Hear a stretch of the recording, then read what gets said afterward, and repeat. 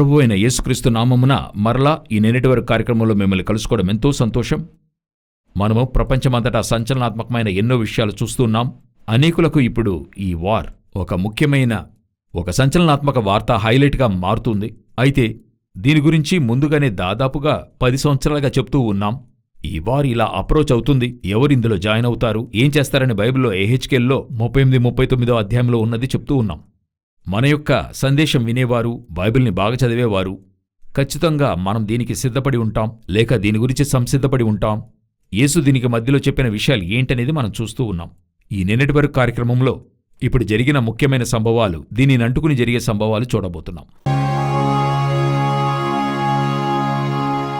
మొదటిగా వారిని గురించే ఈ వార్ మరో లెవెల్కి వెళ్లడం అనేది మనం చూస్తూ ఉన్నాం. అంటే ఈ స్ట్రెయిట్ ఆఫ్ హార్మజ్ అని చెప్పేటువంటి ఆ యొక్క జలసంధిని మూయడం వల్ల, అటు నుండి వచ్చే ఓడలు రాకపోవడం వల్ల ఇంధనం ఒక గొప్ప సమస్యగా, ప్రపంచమంతటికీ సమస్యగా మారినట్టు చూస్తున్నాం. అందులో పలు దేశాలు, వియట్నాం వంటి దేశాల్లో లాక్డౌన్ వేయడం జరిగింది. ఇప్పుడు పలు దేశాల్లో ఫ్యూయల్ రేషన్లు ఇవ్వడం జరుగుతుంది. అంటే ఇంతే పెట్రోల్, ఇంతే డీజిల్, ఒకరోజు ఇంతే కొనాలని బంగ్లాదేశ్ వంటి దేశాలు విధించారు. ఇండియా కూడా వారికి సహాయపడినట్టుగా మనం చూస్తూ ఉన్నాం. పలు దేశాల్లో పెట్రోల్, డీజిల్ వెల తీవ్రంగా పెరిగినట్టుగా చూస్తూ ఉన్నాం. కొన్ని దేశాలలో ఫ్యూయల్ దొరకడం లేదని చూస్తున్నాము. ఒక గొప్ప బాధింపును ఈ యుద్ధము చోటు చేసుకుంటుంది. ఈ యుద్ధము ఒట్టి యుద్ధముగా ఉండదు, దీనితో కూడా కరువు వస్తుంది అనేటువంటిదే ప్రకటన గ్రంథము 6:8లో మనం చూస్తూ ఉన్నాం. ఇప్పుడు ఆ కరువు కూడా చేరే చోటికి వచ్చింది. ధరలు విపరీతంగా పెరుగుతూ ఉన్నాయి. ఇక అన్ని వస్తువుల వెల ఎక్కుతుంది. ఈ యుద్ధము ఇంకా కొనసాగుతూ ఉంటే ఇక అన్ని ధరలు ఎక్కుతాయి. ఇది కరువు అన్న 2వ స్థానానికి వెళుతుంది. అన్ని రకాలైన కరువులు లోనికి వస్తాయి. సమీపములో ఇస్రాయేల్ వారు లెబనాన్ మీద ఒక బాంబు వేశారు. అది వైట్ ఫాస్ఫరస్. బాగా గమనిస్తే అక్కడ శుద్ధమైన గాలి కరువైంది. అంటే మంచి గాలి దొరకదు వారికి. అది గొప్ప బాధింపును కలుగజేస్తుంది. అది ఆ వైట్ ఫాస్ఫరస్ ఏం చేస్తుందని చూసినట్లయితే వారి శరీరం మీద ఒక గొప్ప బాధింపు, ప్రత్యేకించి వారి శరీరాలపై, వారి చర్మం అన్నది గొప్ప బాధింపుకు గురి అవుతుంది. ఇది జకరియా 14:12లో చెప్పినట్టు, వారు నిలిచి ఉన్న పాటుననే వారి దేహములు కుళ్ళిపోవును అని దేవుడు చెప్తున్నాడు. ఇప్పుడు అలాగే జరుగుతుంది. అట్లే మరొక ప్రక్కన ఇరాన్లో చూసినట్లయితే వీరి తాకిడి వల్ల ఆ ఆయిల్ అంతా కూడా మండడం వల్ల ఆ ఆకాశమంతా కూడా నల్ల మేఘంగా మారి ఇప్పుడు ఆమ్లం వర్షం పడుతుంది అని చెప్తున్నారు. యాసిడ్గా కురుస్తుంది అంటున్నారు. ప్రజలు బయటికి రావద్దని చెప్పి యుఎన్ వారు హెచ్చరించారు. నెక్స్ట్ వర్షం పడితే ఆమ్లముగా ఉంటుంది, అది చాలా ఘోరంగా ఉంటుంది. మనం బైబిల్లో చదువుతున్నాం, ప్రకటన 8వ అధ్యాయంలో వడగండ్లును అగ్నియు పుట్టి భూమిపైన పడవేయబడెను అని చూస్తున్నాం. ఇప్పుడు ప్రస్తుతం జరుగుతున్న ఆ విషయాలన్నీ కూడా వాటిని సూచిస్తూ ఉన్నాయి. ఆ విధంగా ఈ యాసిడ్ రెయిన్ అన్నది పడుతూ ఉంది. ఇది పోను వారు ఇంకా న్యూక్లియర్ యూజ్ చేయలేదు. ఇప్పుడు వారు ఆయిల్నే తాకున్నారు. అందులోనే ఇటువంటి బాధింపులకు గురి అవుతున్నాం. బాగా గమనించండి, గొప్ప రీతిలో ప్రజలు బాధించబడుతున్న సంభవాలు కొంచెంగా ఎస్టాబ్లిష్ అవుతున్నాయి. మనం ముందుగానే చెప్పున్నాం ప్రకటన 6:8లో గొప్ప రీతిలో ప్రజలు మొదటి యుద్ధము, 2వ ప్రపంచ యుద్ధము కంటే ఎంతో ఘోరమైన బాధింపు 3వ ప్రపంచ యుద్ధంలో అవుతుందని. దానికైన ఆరంభ ఘట్టము మన కంటికి ముందరగా స్పష్టంగా కనబడుతుంది. మనము ప్రతి నిన్నటి వరకులోనూ మెసేజెస్లోనూ ఒక అతి ముఖ్యమైన ఒక వ్యక్తి ఇందులో జాయిన్ కావడం అనేది చెప్పుకుంటూ ఉన్నాం. దాని గురించే మరో పాయింట్ చూడబోతున్నాం. మనం ఎక్స్పెక్ట్ చేసినట్టుగానే రష్యా లోనికి వచ్చింది. సైనిక సహాయాన్ని ఇరాన్కి అందిస్తామని అనౌన్స్ చేస్తున్నారు. 10,000 దళాలు అక్కడున్నట్టుగా చెప్తూ ఉన్నారు. అది మాత్రమే కాదు, ఉక్రెయిన్ అధ్యక్షుడు జెలెన్స్కీ చెప్తున్నాడు రష్యా ఇందులో ఉంది. ముందుగానే వారి ఇంటెలిజెన్స్లోనూ, అంటే విచారణ విభాగంలోనూ, అది మాత్రమే కాదు డ్రోన్స్ విషయంలోనూ రష్యా ఇరాన్కి సహాయపడుతుందని చెప్తూ ఉన్నారు. బయటికే వారు కనబడకుండా ఉన్నారనుకుంటే ఇప్పుడు బహిరంగంగా చేస్తున్నట్టు వింటున్నాము. అంటే వారి దేశంలో ఉన్నటువంటి అధ్యక్షుడు గాని, ఉప అధ్యక్షుడు గాని ఏం చెప్తున్నారంటే, మేము వారికి సహాయపడటానికి సిద్ధంగా ఉన్నాం, మేము అన్ని విధాలుగానూ చేస్తాం. రష్యా అఫీషియల్ అనౌన్స్మెంట్ ఏంటని చూసినట్లయితే, ఏ విధంగా ఇరాన్కి తోడుగా ఉండి యుఎస్ఏ ఇస్రాయెల్ని ఎదుర్కోగలమో మేము చేస్తామని చెప్తూ ఉన్నారు. ఇది ఇప్పుడు అట్లే మరొక పరిమాణానికి వెళుతూ ఉంది. రష్యా వారి నాయకత్వంతో జరిగే విషయంగా మారుతుంది. ఇటువైపు చూస్తే ఫ్రాన్స్ వారికి సహాయపడుతుంది. ఇరాన్కి వ్యతిరేకమైన ఒక స్టాండ్ని వారు తీసుకున్నారు. వారును ఈ యుద్ధంలో జాయిన్ అవుతూ ఉన్నారు. అట్లే వెస్ట్ వర్సెస్ మిడిల్ ఈస్ట్ అనే అలయన్స్ మారుతుంది. ఒక థర్డ్ వరల్డ్ వార్ మన కంటికి ముందు కొంచెంగా ఏర్పడటం మనం చూస్తూ ఉన్నాం. రష్యా నాయకత్వంలో ఒక గొప్ప విధంగా ఒక ఎదిరింపు లేక ఒక గొప్ప యుద్ధాన్ని వారు, ఈ యుఎస్ ఇస్రాయెల్ ఈ అలయన్స్కి వ్యతిరేకంగా జరిగే ఎన్నో అవకాశాలు ఉన్నాయి. ఐక్యరాజ్య సమితి అన్నది చచ్చిపోయింది. వారి యొక్క పేపర్స్ అన్నవి, వారి చట్టాలన్నీ కూడా పేపర్కే పరిమితి అయ్యాయి. అందులో ఎటువంటి ఒక ఉపయోగం లేదని రష్యా చెప్పే విధంగా ఇప్పుడు అన్ని కూడా జరుగుతున్నాయి.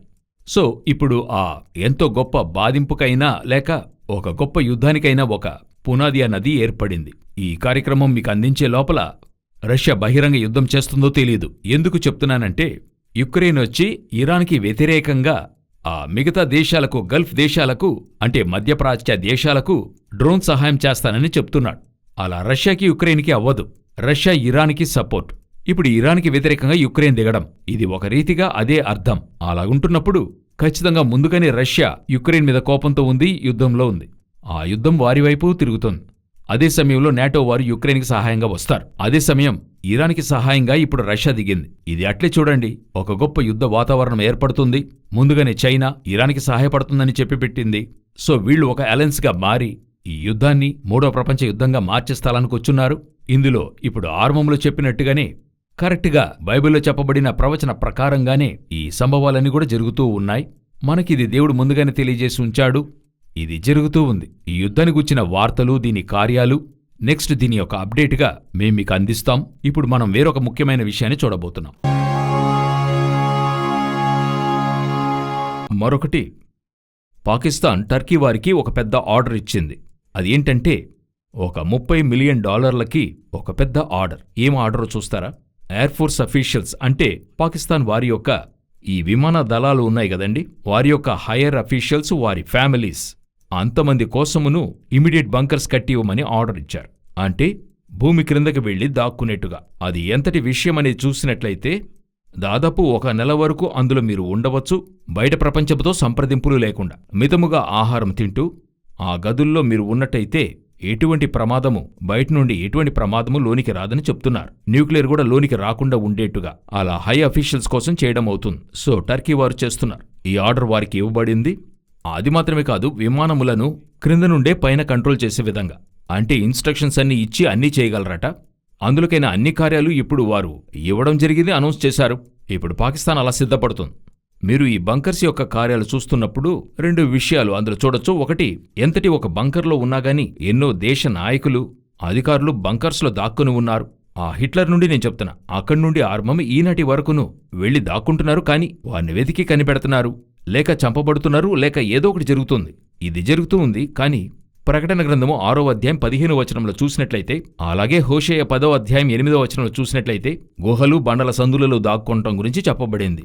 అది పర్టికులర్గా ప్రకటన 6:15లో మీరు అందులో చదువుతున్నప్పుడు ఘనులును సహస్రాధిపతులును అని ఉంటుంది.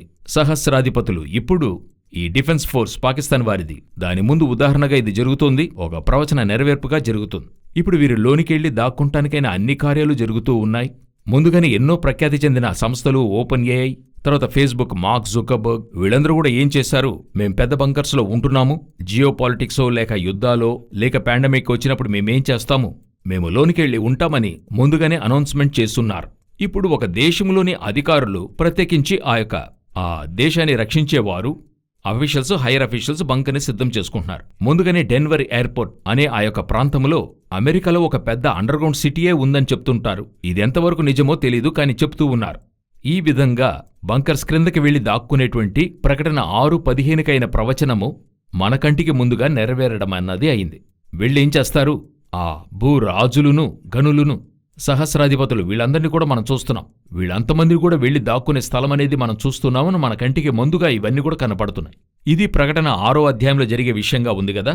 ఇప్పుడు క్రితం నుండి మనం చూస్తున్నాం. ఈ ప్రకటన 6వ అధ్యాయం 8వ వచనంలోనివి మన కంటికి ముందు జరుగుతున్నాయి. ఇక 15వ వచనముకైన ప్రవచనమే ఇది. ఇది కూడా ఇప్పుడు మన కంటికి ముందుగా జరుగుతూ ఉంది. ఒక్కొక్క విషయం కూడా అక్షరానికి అక్షరం, ప్రతి ఒక్కటి 100% మన కంటికి ముందుగా నెరవేరడం మనం చూస్తూ ఉన్నాం. 2000 సంవత్సరాల తర్వాత ప్రభు చెప్పింది జరుగుతూ ఉంది. ఇంకొక కార్యాన్ని మనం చెప్పుకొని ఈ నిన్నటి వరకును ముగించబోతున్నాం. ఆశ్చర్యపడే విధంగా EU వారితో వెళ్లి చేరడానికి ఒక అవకాశాన్ని EU నుండి బయట ఉన్న ఒక దేశం అనౌన్స్ చేసింది. సాధారణంగా ఈ EU అన్నది తర్వాత వచ్చే అగ్రరాజ్యం అంటున్నాం. ఆ పని వారు చేస్తున్నారు, ప్రపంచమంతటికీ అది తెలుస్తుంది. సో వారే తర్వాత మరి యూరోనే వరల్డ్ యొక్క కరెన్సీగా, యూరోపియన్ యూనియన్ మిలిటరీయే ప్రపంచంలోనే నెక్స్ట్ గొప్ప మిలిటరీగా ఉండబోతుందని మనందరికీ తెలుసు. అయితే యూరోపియన్ యూనియన్లో ఎప్పుడూ యూరోప్ దేశాల కలయికను బట్టే యూరోపియన్ యూనియన్ అని మనం చెప్పగలం. వీళ్ళకి ముందుగానే ఎన్నో పేర్లున్నాయి. అంటే వెస్టర్న్ యూరోపియన్ యూనియన్ అనేది ఉంది, ఆ తర్వాత యూరోపియన్ ఎకనామికల్ కమిటీ అనేది ఉంది, ఇప్పుడు యూరోపియన్ యూనియన్గా చూస్తున్నాం. ఇప్పుడు ఒక అతి ముఖ్యమైన విషయం ఏంటంటే, ఐరోపాకి బయట ఉన్నటువంటి దేశం కెనడా ఏం చేస్తుంది? యూరోపియన్ యూనియన్తో చేరే ఆలోచనలు చేస్తున్నారని చూస్తున్నాం. ఇప్పుడు కెనడా ప్రజలకు కూడా అందులో ఎటువంటి వ్యతిరేకతలు లేవు అంటున్నారు. కొంతమంది అది వ్యతిరేకిస్తున్నారని కూడా చెప్పబడుతోంది. వాళ్ళేం చెప్తున్నారంటే కెనడా, ఆస్ట్రేలియా, న్యూజిలాండ్ ఇలాగున్నా మనమందరము ఒక జట్టుగా కలుద్దాం.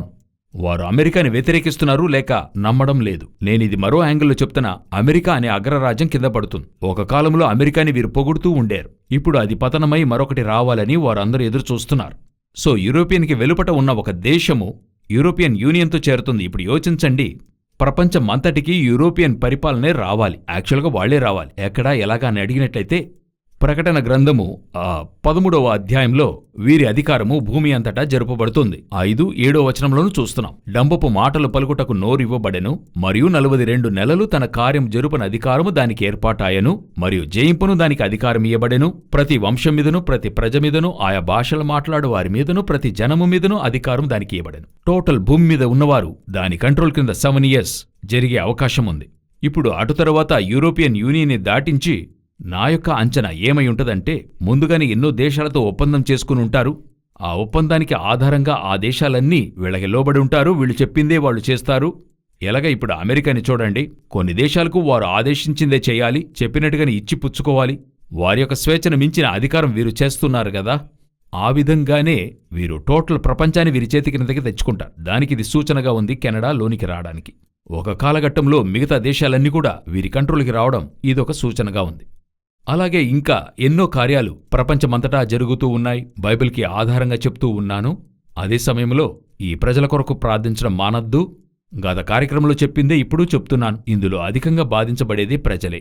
ఆ దేశం యొక్క నాయకుల కంటే అధికంగా బాధించబడటం సామాన్య ప్రజలై ఉన్నారు. సో ఈ ఫాస్ఫరస్ బాంబ్ పడినప్పుడు లెబనోన్ ప్రజలు బాధించబడ్డారు. ఈ యాసిడ్ రైన్ పడితే ఇరాన్ ప్రజలు బాధించబడతారు. ఇంకా ఇటువంటి బాంబులు మిగతా దేశాల మీద పడుతున్నప్పుడు ఇంకా ఎటువంటి బాంబులు పడతాయో మనకు తెలియదు. అందులో సామాన్య ప్రజలు బాధించబడుతున్నారు.